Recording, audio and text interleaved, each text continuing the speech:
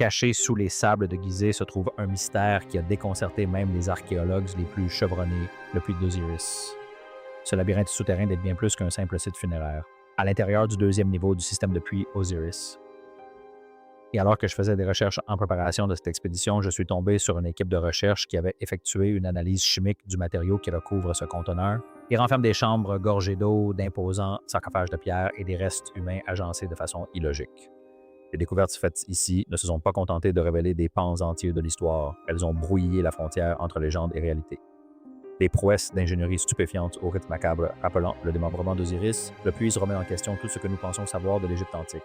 Et cela rend l'histoire bien moins simple qu'on ne le souhaiterait. La légende devient réalité d'Hérodote à la redécouverte. Pendant des siècles, des murmures ont résonné sur le plateau de Gizeh. Les guides parlaient de cavités sous la chaussée de la pyramide de Khafra. Les villageois racontaient des histoires de tunnels inondés. Et les voyageurs colportaient des rumeurs de chambres cachées profondément enfouies sous le sol désertique. La plupart de ces récits furent considérés comme un mélange habituel de folklore et d'exagération, jusqu'à ce qu'un nom revienne sans cesse, Hérodote. L'historien grec visita l'Égypte vers 450 avant notre ère et consigna par écrit un fait qui allait intriguer les érudits pendant des millénaires.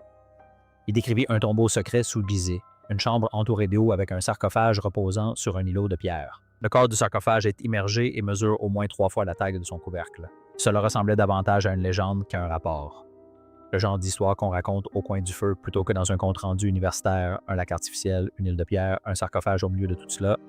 Même nombre d'égyptologues ont levé les yeux au ciel en lisant ce récit, l'attribuant au goût d'Hérodote pour les détails pittoresques. Après tout, on le surnommait le père de l'histoire, mais aussi pour certaines critiques, le père du mensonge. Pourtant, les mythes ont cette fâcheuse tendance à s'accrocher obstinément aux abords de la vérité. Pendant des siècles, les habitants de Gizeh ont montré du doigt des endroits où le sol semblait étrangement creux. Les enfants juraient entendre des échos en tapant du pied, et près de la chaussée, les villageois murmuraient à propos de puits creusés profondément dans la roche, remplis d'une eau sombre et stagnante. Les touristes passaient au-dessus d'eux sans se douter de ce qui se cachait soi-disant sous leurs pieds. Puis en 1933, la rumeur se confirma. L'archéologue égyptien Salem Hassan, l'un des archéologues les plus respectés de son époque, dirigeait des fouilles dans le complexe de Gizeh lorsque son équipe découvrit par hasard un puits vertical creusé dans la roche juste en dessous de la chaussée de Khafra. À première vue, il semblait tout à fait ordinaire, un puits peut-être, ou simplement un autre tombeau inachevé. Mais à mesure que l'équipe descendait, lanternes à la main, le lieu devint étrangement familier. Le puits menait à une chambre, et de cette chambre, un autre puits plongeait encore plus profondément. Autrement dit, il correspondait de façon troublante à la description qu'en avait faite Hérodote des siècles auparavant. Hassan était intrigué, mais le puits avait d'autres projets. À peine avait-il commencé à explorer les lieux qui se heurtaient d'un ennemi implacable, l'eau souterraine s'infiltrait constamment dans les chambres, remplissant les niveaux inférieurs jusqu'à former des bassins souterrains. Hassan a déployé tous les moyens à sa disposition pour résoudre le problème. Les pompes vrombissaient et rugissaient, les machines grinçaient jour et nuit.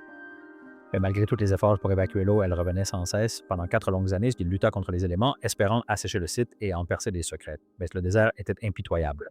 On ignore encore ce que renferme la chambre, mais le scénario idéal serait d'y trouver des artefacts comme ceux-ci. Finalement, l'eau a eu raison de lui. Frustré et vaincu, Hassan a abandonné les fouilles. Pourtant, il n'est pas reparti les mains vides. Il a soigneusement documenté tout ce qu'il a pu.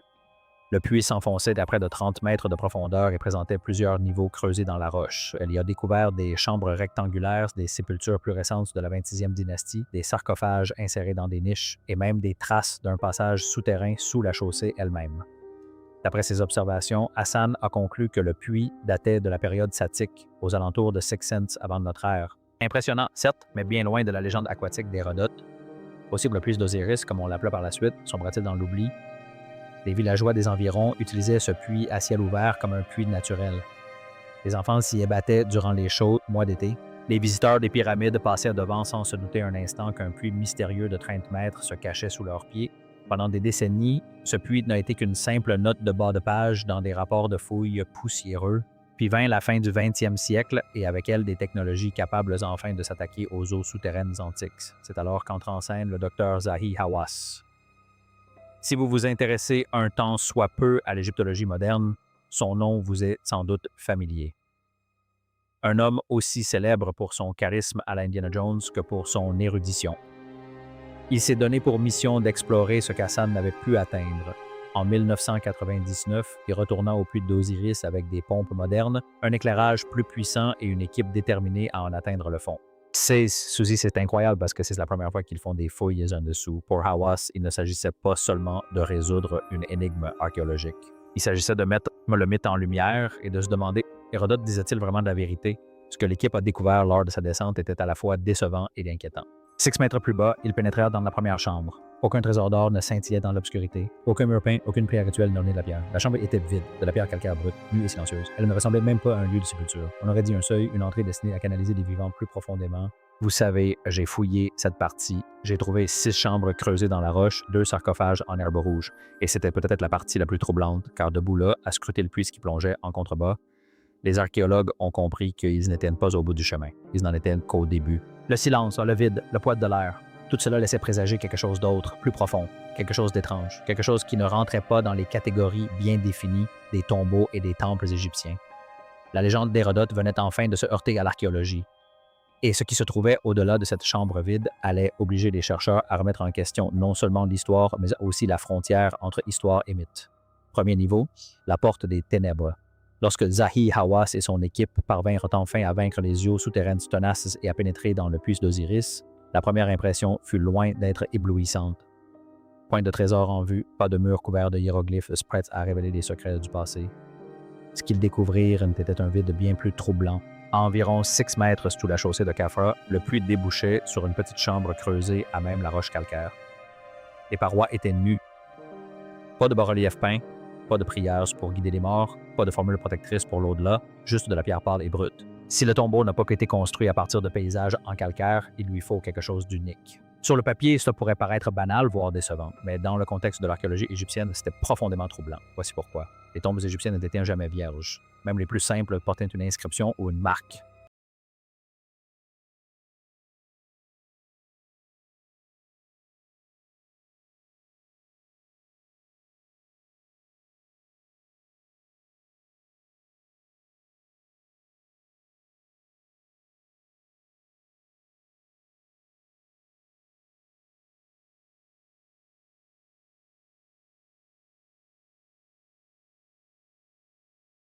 Offrande. Les morts n'ont pas seulement été enterrés. Ils s'étaient préparés à l'éternité par des mots, des symboles et des rituels. Le silence était inhabituel. Le silence était délibéré. Et dans cette chambre, le silence n'était pas seulement visuel, il était presque physique, pesant sur les archéologues qui se tenaient là, dans l'air vicié. On se serait cru moins dans un lieu de sépulture que dans un poste de contrôle.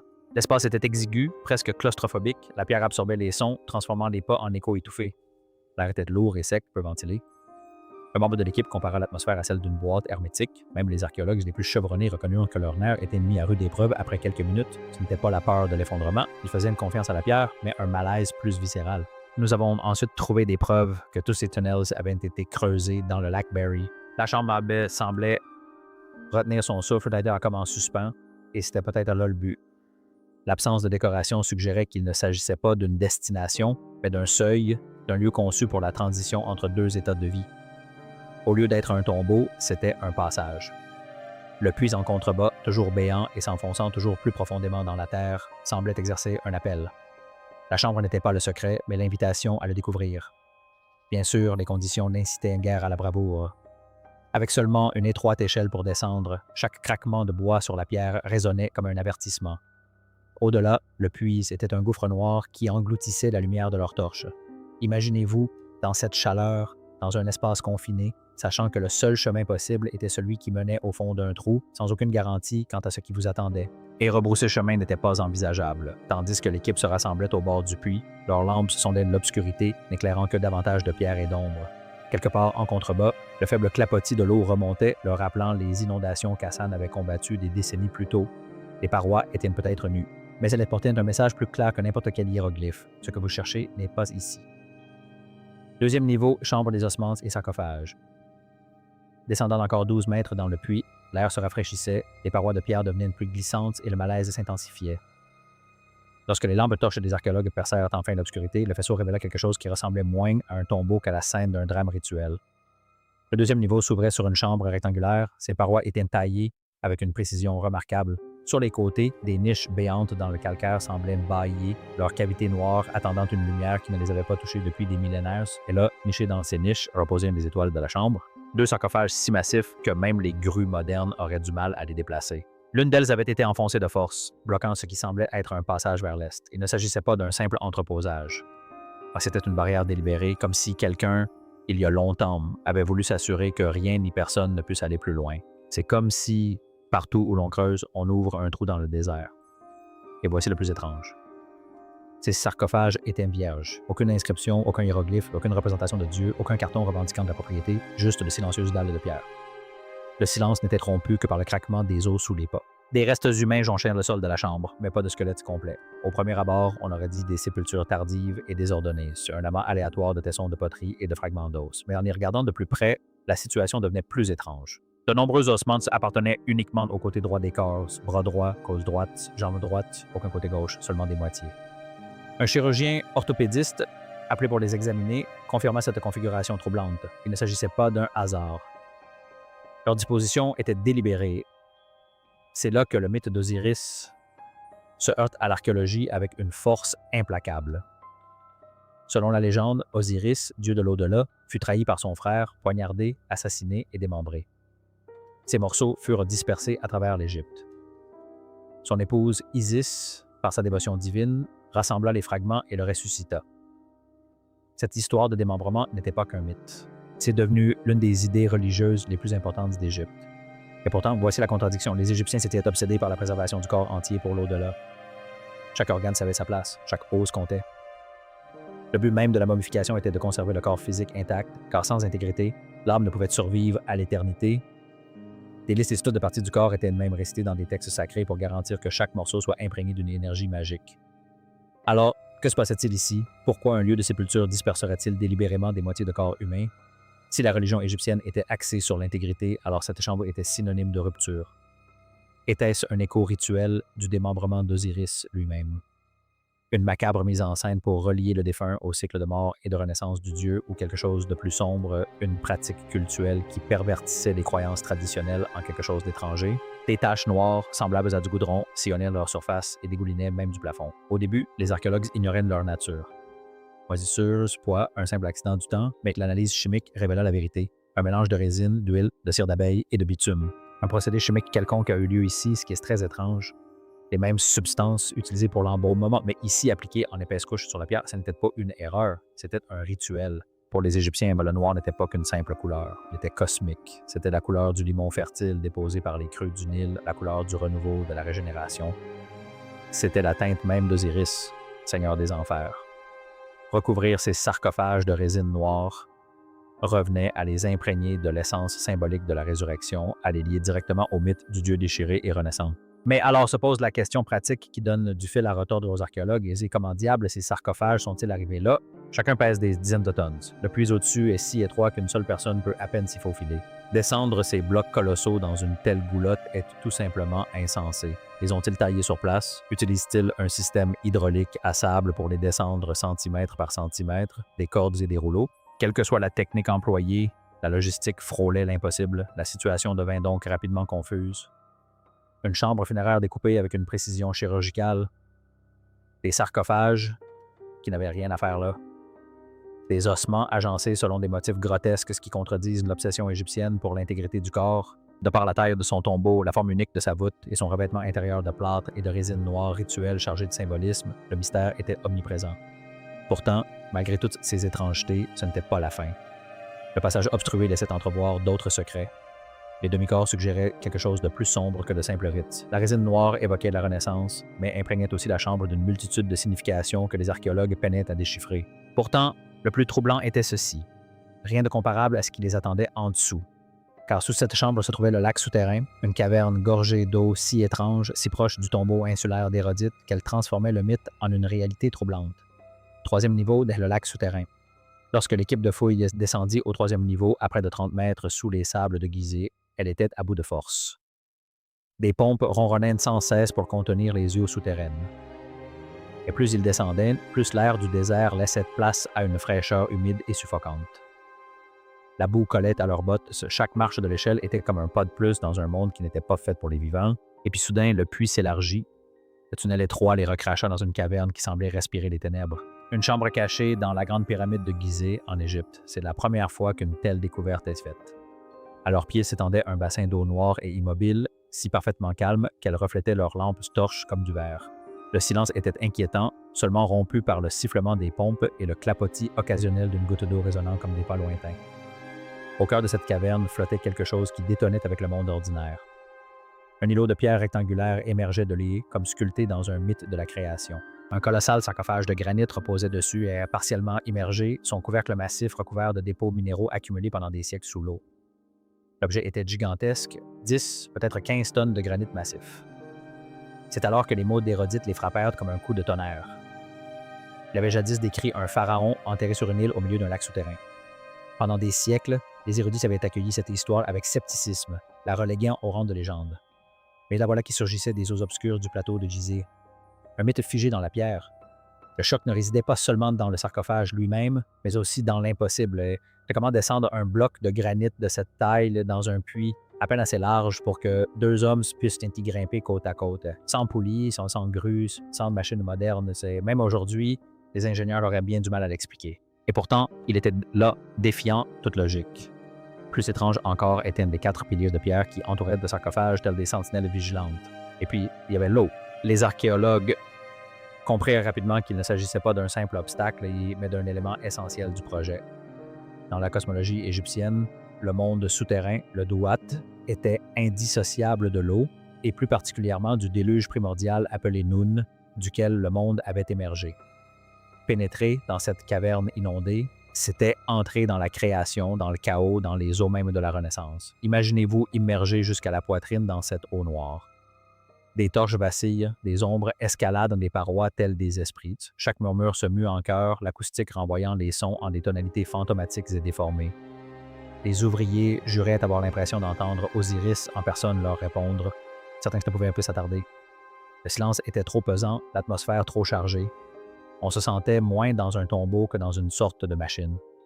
La pierre, l'eau rituelle œuvrait de concert pour canaliser des forces insondables. Même le niveau de l'eau lui-même soulevait des questions. Il n'était pas resté constant au fil des siècles. Des études géologiques suggéraient que la chambre avait été délibérément conçue pour interagir avec les variations de la nappe phréatique à l'image de la crue annuelle du Nil. Pour les Égyptiens, cette crue n'était pas synonyme de destruction, mais de renouveau, de fertilité du pouls de la terre. Immerger un sarcophage à cet endroit n'était pas de la folie, mais du génie. Pourtant, lorsque les archéologues ouvrirent enfin le sarcophage, ils ne trouvèrent rien. De la pierre vide. Pas un seul corps, aucune inscription, aucun objet funéraire. Cette absence était plus éloquente que n'importe quel trésor. Ce n'était pas un tombeau de pharaon, mais un cénotaphe, la demeure symbolique d'Osiris lui-même, le dieu qui mourut le premier, ressuscita le premier et devint le maître des enfers. Le symbolisme était indéniable. L'eau représentante la Renaissance, les piliers symbolisant la stabilité d'Osiris, le sarcophage son trône éternel. C'était un message gravé dans la pierre. La vie naît de la mort. L'ordre émerge du chaos. Et pourtant, à chaque découverte, les questions sans réponse s'accumulaient. Si cette chambre était un cénotape, pourquoi l'avoir construite si profondément sous terre? Était-elle reliée à la Grande Pyramide, au Sphinx ou à d'autres monuments par d'étroits tunnels qui semblaient serpenter dans l'obscurité? Ces passages étaient-ils symboliques ou faisaient-ils partie d'un réseau caché encore vierge de toute intervention humaine? Pour les archéologues, c'était le moment où l'histoire cessait de suivre son cours. Plus il s'enfonçait, moins tout semblait logique. Des bizarreries inquiétantes et une ingénierie impossible. Si le sarcophage gorgé d'eau au fond du puits n'avait pas déjà suffi à déconcerter les archéologues, le puits d'Osiris allait encore plus loin. Il recelait d'autres étrangetés. Des détails si étranges qu'ils ne se contentent pas de soulever des questions, ils ébranlent notre conception de l'histoire. Certains sarcophages n'ont même pas été sculptés dans de la pierre égyptienne locale. Ni calcaire, ni granit provenant d'un cygne. Au lieu de cela, des analyses ont révélé la présence de roches volcaniques comme la diorite et l'andite, des matériaux qui n'existent pas à l'état naturel en Égypte. Comment diable sont-elles arrivées là? Il ne s'agit pas de simples souvenirs. Non, chaque bloc pèse entre 30 et 40 tonnes. Ces roches étrangères ont été transportées à travers le désert, acheminées par des puits, à peine assez larges pour un homme, puis déposées avec une précision chirurgicale. Même avec les grues, les camions et les nacelles élévatrices d'aujourd'hui, c'est le genre de travail qui donne du fil à retordre aux ingénieurs. Et pourtant, quelqu'un, dans un passé lointain, a réussi cet exploit. Et il n'y avait pas que les pierres qui défiaient toute logique. Les parois du puits portaient des marques d'outils de longues rainures droites, uniformes comme taillées par une machine. Non pas les traces irrégulières et brouillonnes que l'on attendrait de ciseaux de cuivre et de marteaux de pierre, mais des lignes si nettes qu'elles semblaient mécaniques. Et certainement pas en briques, en pierre, en calcaire et en mortier. Ils les fabriquent simplement en bois. Plus ils exploraient les profondeurs, plus l'expérience devenait surréaliste. Le son s'y comportait étrangement. Les chercheurs ont remarqué qu'un simple mot prononcé dans la chambre inondée ne se contentait pas d'écho. Il se multipliait, résonnant par vagues, jusqu'à donner l'impression que la pierre elle-même chantait en retour. Simple hasard acoustique, où les bâtisseurs avaient-ils délibérément façonné la chambre pour amplifier des chants rituels, transformant de la pierre et l'eau en une machine sonore spirituelle? Et puis s'il y avait l'eau elle-même. Hassan, l'archéologue des années 1930, la considérait comme une simple nuisance et a abandonné les fouilles. Ça a jeté des équipes ultérieures qui ont dépensé des fortunes pour la pomper. Mais si l'on se place dans la perspective égyptienne, la situation change du tout au tout. L'inondation n'était pas un défaut, c'était l'élément central. Osiris était lié au Nil et à sa crue annuelle. La grande inondation qui submergeait les champs, mais les régénérait aussi. Une chambre conçue délibérément pour contenir l'eau n'avait rien d'inutile. Elle était symbolique. Comme si cela ne suffisait pas, il y avait cette substance noire et visqueuse qu'on avait grattée du sarcophage. Les analyses ont révélé un mélange savamment élaboré. Aucun ingrédient n'était bon marché et certains provenaient de contrées lointaines. Pour les Égyptiens, le noir n'était pas qu'une simple couleur. C'était la teinte de la fertilité et de la renaissance, la même couleur que le limon fertile que le Nil déposait chaque année. Et c'était un rituel de transformation, une façon d'affirmer que la mort n'était pas une fin. C'était un nouveau départ. En rassemblant tous ces éléments, les pierres étrangères, le transport impossible, l'acoustique étrange, l'inondation délibérée, les revêtements alchimiques, une conclusion s'impose. Le puits d'Osiris n'était pas un tombeau. Du moins, pas au sens où nous l'entendons. C'était autre chose. Conçu pour brouiller à la frontière entre architecture et rituel, entre ingénierie et mythe, cet édifice hantait les archéologues. Debout dans cette chambre entourée d'eau, de silence et de questions sans réponse, ils étaient obsédés par cette idée. Si l'on ne peut voir que cela avec des pompes et des lampes torches que cache encore le sous-sol. Et, plus troublant encore, jusqu'à quelle époque remonte ce mystère? Les controverses sur la datation, une énigme temporelle. Alors même que les archéologues pensaient commencer à percer le mystère du puits d'Osiris, les datations ont fait voler en éclats leurs espoirs. Il ne fait aucun doute, pour moi comme pour de nombreux chercheurs, que la nécropole de Gizeh est un projet planifié. Au départ, des choses semblaient assez simples. Les ossements, les fragments de poterie et les objets funéraires éparpillés dans le deuxième niveau indiquaient clairement une datation à la basse époque égyptienne, vers 500 avant notre ère. Sur le papier, tout semblait clair et rassurant, mais la réalité fut tout autre. Parmi ces artefacts tardifs se trouvaient des tessons de poterie appartenant à une époque totalement différente, l'Ancien Empire, près de 1700 ans plus tôt. Un écart considérable, c'est un gouffre suffisamment grand pour donner des sueurs froides aux historiens. Et l'affaire s'est compliquée lorsque les scientifiques se sont penchés sur le sarcophage. Les tests n'étaient pas simples, mais grâce à la datation par thermoluminescence, une méthode qui mesure le temps écoulé depuis la dernière exposition d'une pierre à la chaleur ou à la lumière du soleil, les chercheurs ont pu lever le voile sur le temps. Les résultats furent stupéfiants. L'un des colossaux sarcophages de pierre datait non pas de la basse époque, mais de l'époque des pyramides, vers 2800 avant notre ère. Un autre, provenant de la chambre la plus basse, pointait directement vers la 5e dynastie. Soudain, le puits n'était plus une curiosité de la basse époque, mais une véritable capsule temporelle couvrant près de 2 millénaires. L'explication la plus simple est sans doute la réutilisation. Les Égyptiens étaient un peuple pragmatique. Ils réutilisaient les sites sacrés comme les villes modernes réutilisent dans les anciennes cathédrales, se superposant à la fois d'une génération aux ossements de la suivante. Il est possible que des prêtres de la 26e dynastie soient tombés par hasard sur ce puits et aient reconnu son étrange pouvoir symbolique et se le soient approprié. Certains affirment qu'il contient le sarcophage d'Osiris. Ils auraient pu apporter des offrandes fraîches qui enterraient de nouveaux ossements et imposer leur propre rituel par-dessus les fondations d'un édifice bien plus ancien. Mais voilà. Même si des prêtres ultérieurs ont réutilisé le site, cela n'efface pas les traces des anciens. Au contraire, cela souligne l'ancienneté et l'importance de ce puits. Les offrandes de la basse époque témoignent de la continuité du rituel sacré. Quant aux poteries de l'Ancien Empire et aux sarcophages de l'époque des pyramides, ils suggèrent que le lieu était vénéré dès l'aube de l'âge d'or de l'Égypte. Cette continuité n'est pas seulement intéressante, elle est déstabilisante. Elle nous indique que le puits n'était pas un détail. C'était un monument qui a compté pendant plus de 2 zéros ans. Les archéologues détestent les chronologies confuses. Ils apprécient les histoires bien ordonnées, où les strates s'empilent les unes sur les autres, mais le puits d'Osiris ne répondait pas à ces critères. Et puis, surprise. Les explorateurs ont découvert d'étroits tunnels partant de la chambre inondée et se dirigeant vers la Grande Pyramide et le Sphinx. Trop étroites pour y pénétrer, mais leur construction était indéniablement intentionnelle. Si ces tunnels relient réellement le puits d'Osiris au grand monument situé au-dessus, alors il ne s'agit pas simplement d'un tombeau réutilisé. Nous contemplons les plans d'un réseau souterrain reliant les édifices les plus emblématiques d'Égypte en un paysage rituel unique. Les passages latéraux du puits d'Osiris ne sont pas de vastes salles, mais des espaces exigus et suffocants. Des galeries étroites et instables qui semblent suggérer quelque chose de plus grand. L'une pointe vers la grande pyramide, une autre vers le Sphinx, comme un murmure de connexion caché sous Gizeh.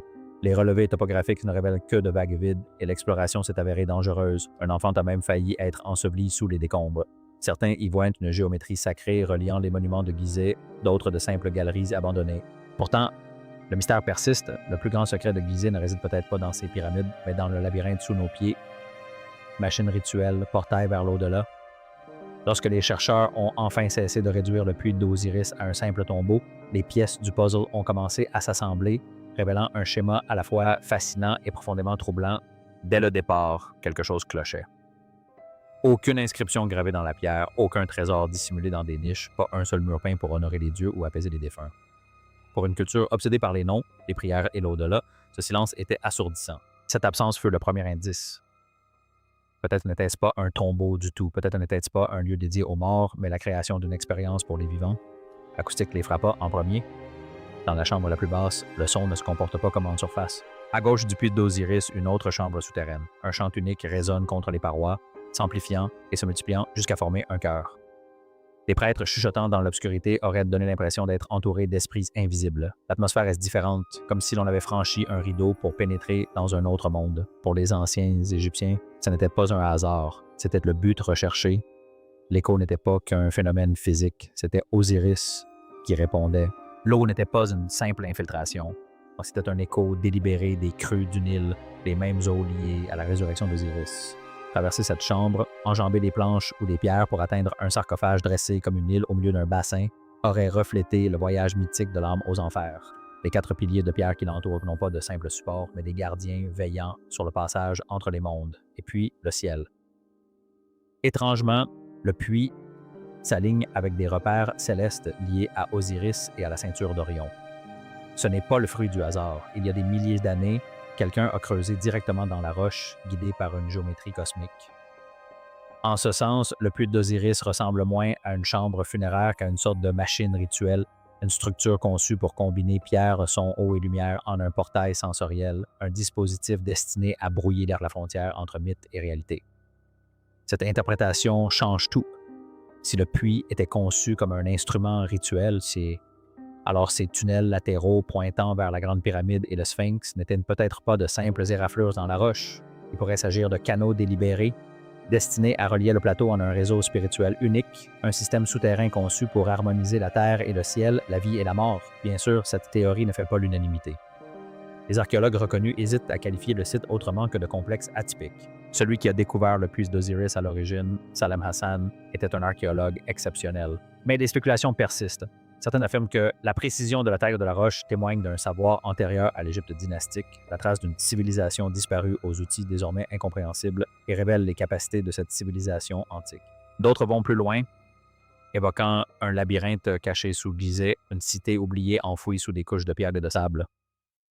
Les explorateurs modernes, munis d'appareils photo et de pompes, y retournent sans cesse. Des YouTubers, des équipes de tournage de documentaires et même des amateurs de sensations fortes se sont aventurés dans ce puits. L'une des visites les plus célèbres a eu lieu lorsque M. Beast a inclus le site dans un défi de 5 heures pour gravir une pyramide. Son équipe, rampant dans d'étroits tunnels, les poumons remplis de poussière et des rochers instables au-dessus de leur tête, a filmé ce que peu de personnes extérieures voient. Des millions de personnes sont regardées la vidéo et du jour au lendemain, ce trou obscur dans le sol est devenu viral. Mais voilà le hic. Ils ont découvert ce tombeau. Il affirme qu'ils l'ont découvert. Malgré les drones, les pompes et les projecteurs, le puits d'Osiris recèle encore ses derniers secrets. Les chambres les plus profondes restent inondées. Les tunnels gorgés d'eau sont trop instables pour risquer d'y descendre davantage. Certains disent que c'est là que la vérité se cache. Qu'il s'agisse des vestiges d'une technologie perdue, d'un vaste labyrinthe ou simplement du vide insondable d'un rituel ancien, le site refuse, quoi qu'il en soit, de se livrer à des explications simplistes. C'est pourquoi le puits d'Osiris continue de terrifier les archéologues aujourd'hui. Pourquoi il les terrifie et les inspire encore. Le puits d'Osiris n'est pas le genre de site qui vous laisse un sentiment de sérénité. On n'en ressort pas avec des réponses toutes faites ni des conclusions définitives. On remonte à la surface avec plus de questions qu'en y entrant, des questions qui persistent. Ce n'est pas terrifiant parce que le site est hanté au sens hollywoodien du terme. C'est terrifiant parce qu'il refuse de se plier aux règles de l'histoire. Les contradictions sont déconcertantes. Des poteries de l'Ancien Empire côtoient des artefacts de la basse époque, des tests de thermoluminescence sur des sarcophages indiquant une datation à l'époque des pyramides. Des ossements qui ne correspondent à aucune pratique funéraire standard. Au lieu d'une chronologie linéaire, les archéologues se retrouvent face à un palimpseste, des strates d'usage, de réutilisation et de rituels s'étendant sur des siècles.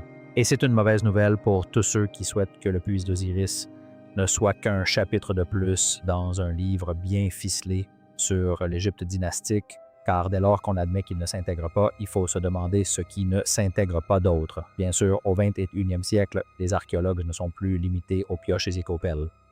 Des outils non invasifs comme le géoradar et le radar à synthèse d'ouverture permettent aux chercheurs d'explorer le sous-sol. En 2025, une équipe italienne a même affirmé avoir découvert une vaste cité souterraine sous Gizeh. Les autorités égyptiennes ont rapidement rejeté cette idée, mais cette affirmation a fait des gros titres et alimenté les spéculations selon lesquelles le puits d'Osiris ne serait que la partie émergée d'un ensemble bien plus vaste. Même sans de telles affirmations spectaculaires, la technologie transforme notre perception de lieux comme celui-ci. La modélisation numérique permet aux chercheurs de reconstruire le puits en 3D en simulant l'acoustique pour tester l'effet sonore qu'aurait pu produire le hasard dans ces chambres résonantes. Des études comparatives réexaminent les mythes eux-mêmes, se demandant si le puits d'Osiris n'aurait pas été initialement associé non pas à Osiris, mais à des divinités plus anciennes comme Sokar, ultérieurement intégré au culte osirien. Ainsi, le puits devient moins une relique figée et plus un véritable laboratoire d'interprétation. Cette incertitude ne rassure pas tout le monde. L'égyptologie dominante, née à l'époque coloniale, TKI a fondé son autorité sur l'idée que l'histoire est une énigme à résoudre une fois pour toutes. Chaque découverte est censée s'imbriquer parfaitement dans le puzzle. Mais le puits d'Osiris s'y oppose. Il suggère non pas l'ordre, mais l'ambiguïté, non pas la clôture, mais la contradiction. Cette résistance alimente les théories alternatives. Et oui, le puits a lui aussi été entraîné dans l'orbite de la pseudoscience, des archives légendaires, des théories sur les anciens extraterrestres, et j'en passe. Mais si les spéculations y prospèrent, ce n'est pas seulement dû à la culture du complot.